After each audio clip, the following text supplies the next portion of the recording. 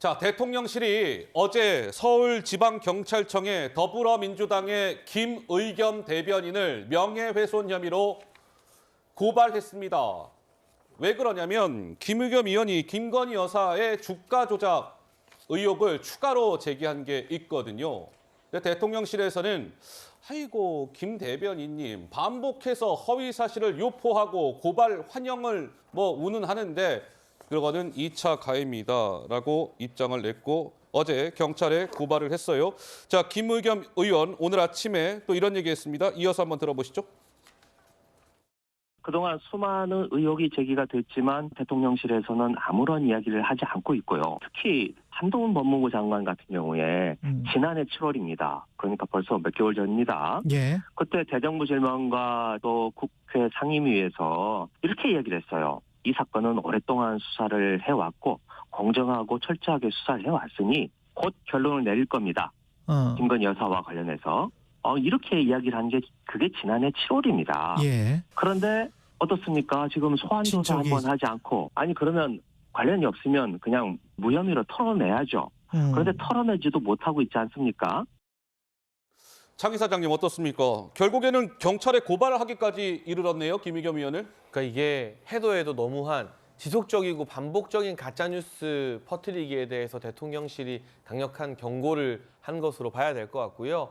장경태 의원의 캄보디아 논란도 있었고 방송인 김어준 씨와 김종대 전 의원 무슨 이 한남동 관저 관련된 말도 안 되는 이야기들도 있었는데 예. 지금 대통령실이 바라보는 것은 아무리 야당 정치인이 정치적 주장을 할 수 있는 자유가 있다 하더라도 지속적으로 가짜뉴스를 확인 없이 단정지어서 퍼뜨리는 것에 대해서는 경종을 울릴 필요가 있다라는 생각을 하는 것 같습니다. 무엇보다 이번 가짜뉴스의 대상이 비단 김건희 여사여서가 아니라 그 대상이 윤석열 대통령이나 대통령실에 따른 수석이나 비서실장 이런 참모를 대상으로 한 것이었다 쳐더라도 이런 식으로 지속적인 가짜뉴스를 계속 퍼뜨리는 행위가 반복됐다면 저는 대통령실에 고발을 할 수밖에 없다라고 보고 있는 것 같고요. 네. 지금 민주당이나 김의겸 대변인 같은 경우는 고발을 하면 고발 환영이다, 고발한 거에 대해서 막 또 자기 장사를 하고 어허. 만약 고발을 하지 않으면 네. 겉봐라 뭔가 지금 떳떳하지 못하니까 고발 안 한 거 아니겠느냐 이렇게 자기 장사를 할 뿐이에요. 예. 그런데 다른 것 떠나서 한동훈 장관 청담동 술자리 의혹 어떻게 됐죠? 그 10억의 민사소송과는 별개로 사실이 아니라는 게 경찰 수사 결과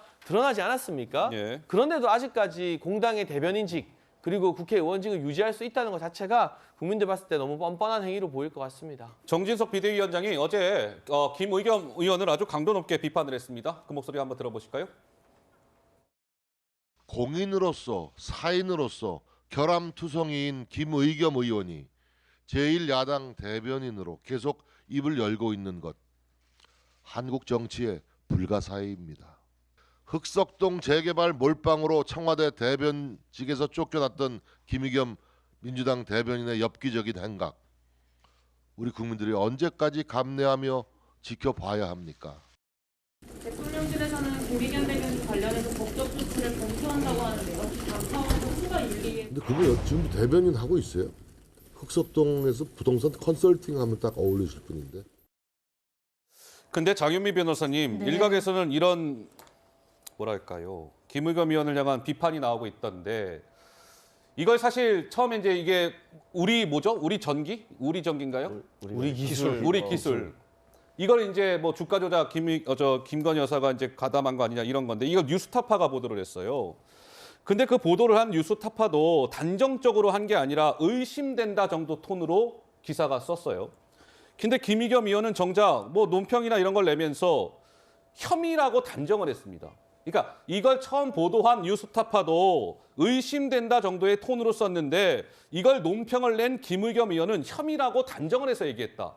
이거는 김의겸 의원이 너무 나간 거 아니냐 이런 일각의 주장에 대해서는 어떻게 생각하십니까? 이게 쪼개서 우리 기술 종목에 한정해서 한다면 모르겠습니다. 그런데 저는 대통령실이 언제까지 가짜뉴스다, 악의적인 아하. 허위다라고 그렇게 눈치고 넘어갈 수 있을지 솔직히 의문입니다. 왜냐하면요.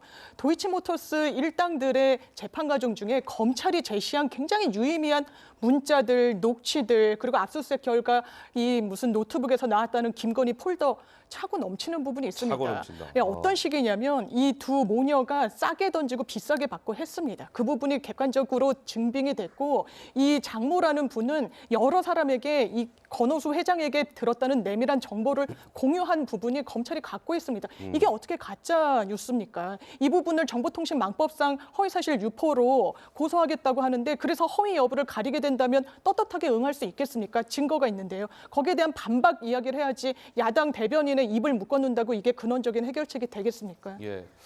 그래서 이제 이 대통령실이 김의겸 의원을 어제 서울지방경찰청에 고발했는데 고발 하루 만에 서울지방경찰청 사이버 범죄 수사대에 김의겸 의원 이번 이 고발건을 배당을 해서 경찰이 본격적으로 수사에 착수를 했다고 합니다.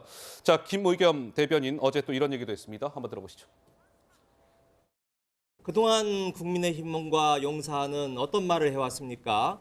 이재명 대표의 검찰 수사와 관련해서 이건 당대표 되기 이전에 성남시장 때 일어난 일이니 당과 완전히 분리해서 당대표직도 그만두고 나가서 혼자 조사받아라 이렇게 이야기해오지 않았습니까? 김건희 여사의 주가 조작 문제는 윤석열 검사와 결혼하기 전에 벌어진 일입니다. 김건희 여사 영부인 자격 떼내고 계급장 떼고 자연인으로 돌아가서 검찰에 수사받아라 이재명 대표가 그랬죠.